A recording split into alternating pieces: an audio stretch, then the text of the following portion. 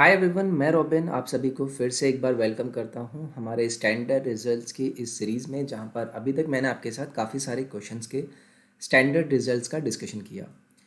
I hope आपको वो जो भी हमें स्टैंडर्ड रिजल्ट्स डिस्कस किए थे उनके रिजल्ट्स फ़ायदेमंद लगे होंगे। ये कुछ मेरे बारे में जानकारी। My name is robin. तो चलिए मैं अपने सेशन को स्टार्ट करूँगा।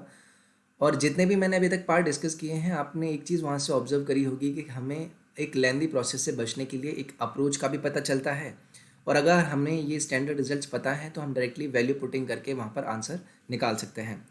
तो थंबनेल में मैंने जो इमेज यूज़ करी थी उसमें मैंने आपको बोला था कि आपने एक मैक्सिमम साइज़ का स्फेयर अगर एक कोन के अंदर यानी कि एक शंकु के अंदर अगर रखा हुआ है तो वहाँ पर आपके पास स्टैंडर्ड रिजल्ट क्या बन सकता है। जैसे कि मैं एक क्वेश्चन के थ्रू आपको इसे समझाता हूँ।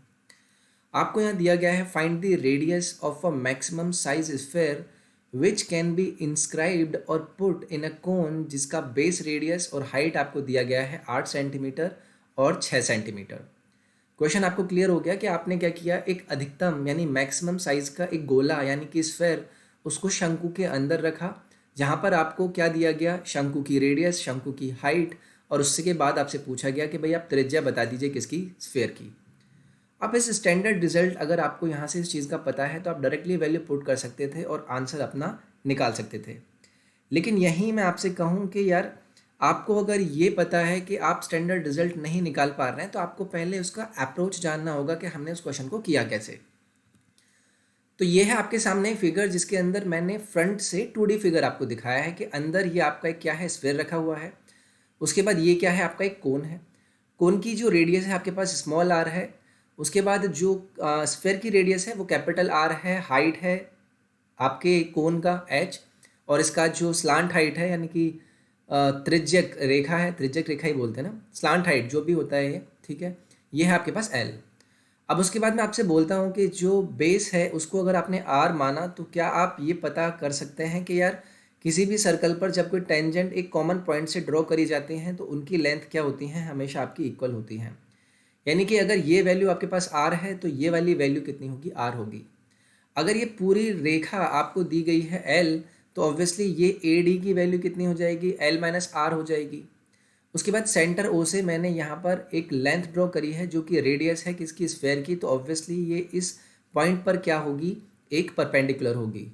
उसके बाद ए ओ की बात करूँ, अगर ये पूरी वैल्यू इसकी कितनी है, एच है, इसमें से अगर मैं रेडियस माइनस कर दूँ स्फेयर की तो ये वैल्यू कितनी बचेगी आपके पास, एच माइनस आर। अब देखिए, ये जो मैंने यहाँ से आपको वैल्यू बताई है ये इसलिए बताई है कि यहाँ पर ट्राइंगल ए ओ डी में आपका एक राइट एंगल ट्राइंगल बनेगा और आप वहाँ से पाइथागोरस लगा के इन सभी में रिलेशन निकाल पाएंगे। चीज़ें आपको क्लियर हो गई। अगर मैं आपके लिए यहाँ पर पाइथागोरस लगाता हूँ तो ये क्या हो जाएगा, आपका एच माइनस आर का square will be equals to R square, और प्लस में हो जाएगा आपका एल माइनस आर का होल स्क्वायर।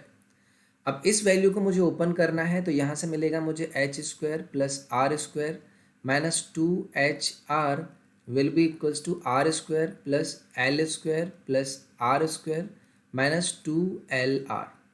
तो देखिए, यहाँ से आपका आर स्क्वायर कैंसिल आउट हो गया।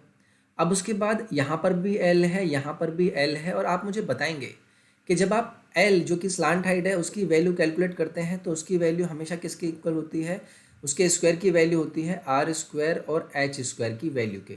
ये चीज़ आपको क्लियर है। तो एल स्क्वायर की वैल्यू अगर मैं यहाँ पर पुट करता हूँ तो आगे इक्वेशन मेरे पास क्या आएगा, 2HR, और एल स्क्वायर की जगह मैंने रख दिया R square plus H square plus आपका आर स्क्वायर ऑलरेडी यहाँ पर है और माइनस हो गया 2LR। यहाँ से एच भी मैं कैंसिल आउट कर सकता हूँ।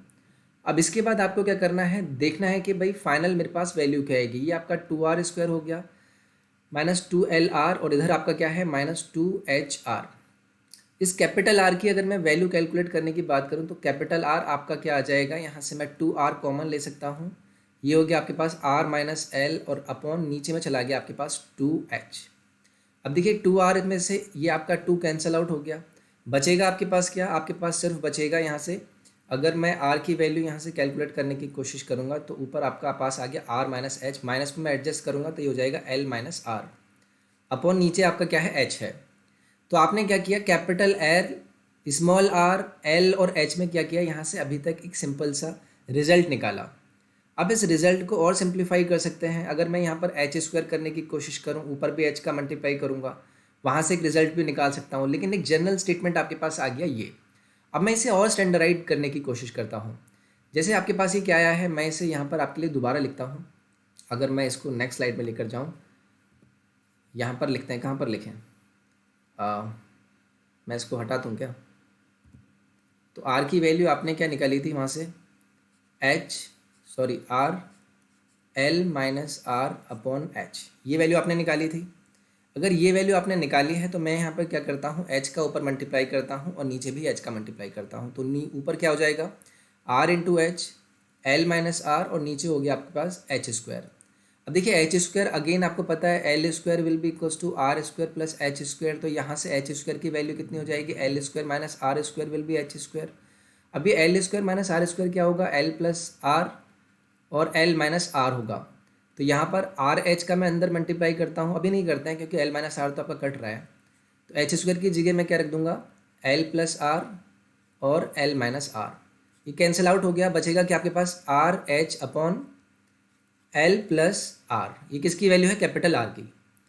अब देखिए ये था आपका स्टैंडर्ड रिजल्ट जो कि आपको एक्चुअली में अब याद रखना है। यानी कि जो बड़ा वाला रेडियस होगा, स्फेयर का जो रेडियस होगा, वो आर एच यानी कि कोन की रेडियस और उसकी हाइट के मल्टीप्लिकेशन डिवाइडेड बाई उसकी स्लांट हाइट और उसकी रेडियस के सम को रखना पड़ेगा मुझे डिनोमिनेटर में। ये वैल्यू आएगी आपके पास किसकी, स्फेयर की।